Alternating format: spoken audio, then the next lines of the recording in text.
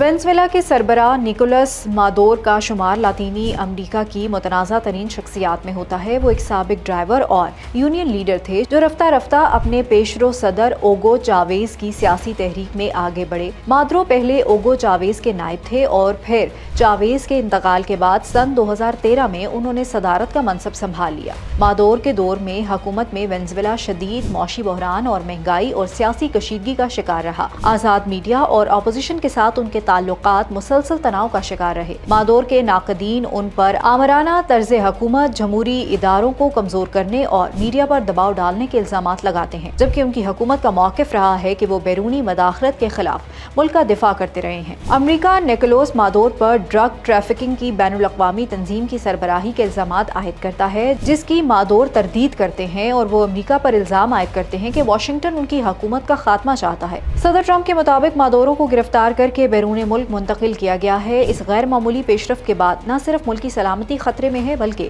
مادور اور ان کی حکومت کا سیاسی مستقبل بھی داؤ پر لگ چکا ہے۔ اپڈیٹس کے لیے دیکھتے رہیے وی نیوز .pk